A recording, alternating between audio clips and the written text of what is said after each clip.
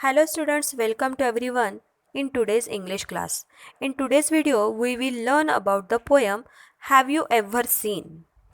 It is funny poem involving figure of speech, interrogation, pun, personification and alliteration.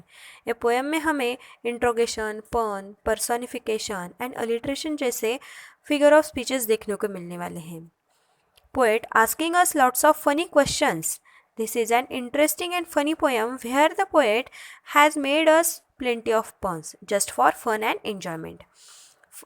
सिर्फ और सिर्फ enjoyment के लिए पोएट ने हमें बहुत सारे फनी क्वेश्चंस यहाँ पे पूछे हैं.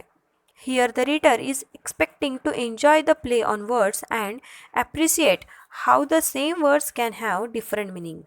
यहाँ पे हमें वर्ड्स के कैसे डिफरेंट मीनिंग होते हैं, भले ही उसका स्पेलिंग भी एक हो और प्रोनाउंसिएशन भी सेम हो, फिर भी उसके मीनिंग अलग होता है. So this poem is full of homograph. Then what is homograph? Homograph means the words that are spelled the same, their pronunciation same, but they have different meaning. यानी कि उसका स्पेलिंग भी सेम होगा और pronunciation भी same होगा, लेकिन उसका मीनिंग जो है वो अलग होगा. उसे ही कहेंगे हम homograph. Here is the example for you. Close. Close it means connected, जैसे कि हम क्लोज फ्रेंड बोलते हैं वैसे. और अनदर इज लॉक. बो इट मीन्स बेंड फॉरवर्ड, आगे झुकना. And another example meaning is जो टाई लगाते हैं उसे भी बो कहते हैं, जो धनुष होता है उसे भी बो कहते हैं. Another example is skip. Skip means jump. And other is miss out, छोड़ना, अवॉइड करना. जैसे कि हम यूट्यूब पे वीडियो देखते समय स्किप कर देते हैं वीडियो, यानी ऐड स्किप करते हैं, उसे ही कहते हैं miss out. Bear it means to endure, to tolerate, सहन करना. And another meaning is animal.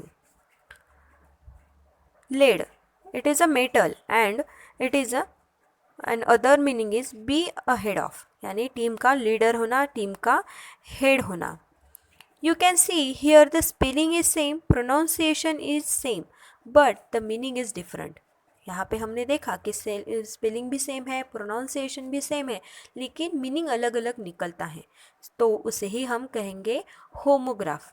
I hope you better understand it.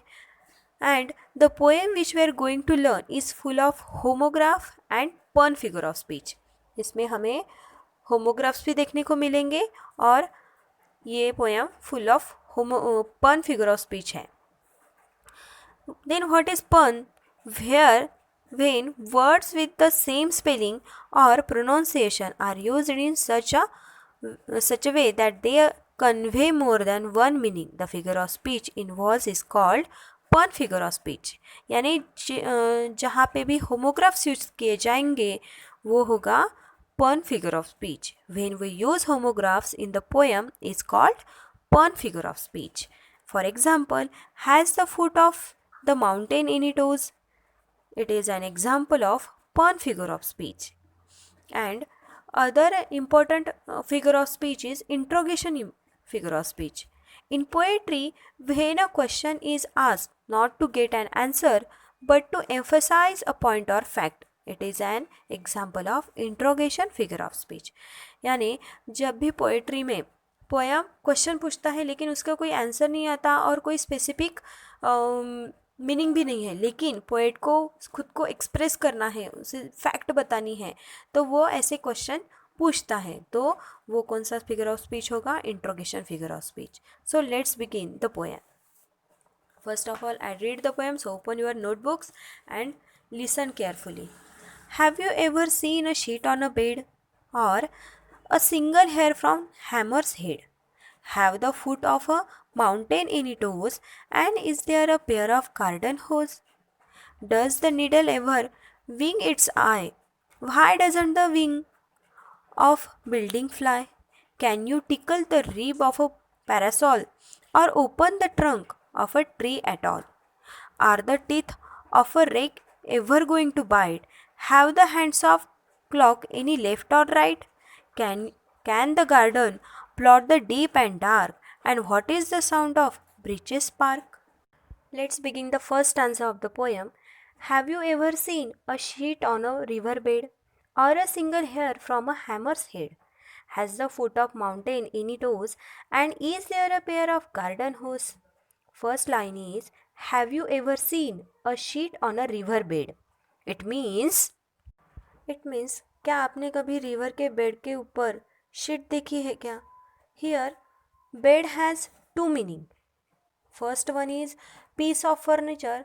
At the same time, other meaning of the word is bottom of the river. River के जो सबसे नीचे का हिस्सा होता है उसे कहा जाता है बेड. कि हम जैसे हमारे यहाँ बेड के ऊपर शीट डालते हैं, बेडशीट्स डालते हैं, क्या आपने भी कभी रिवर के बेड पे शीट देखी है क्या? और a single hair from a hammer's head. जैसे हमारे हेड के ऊपर हेयर्स होते हैं, वैसे ही हैमर्स के हेड के ऊपर भी आपने कभी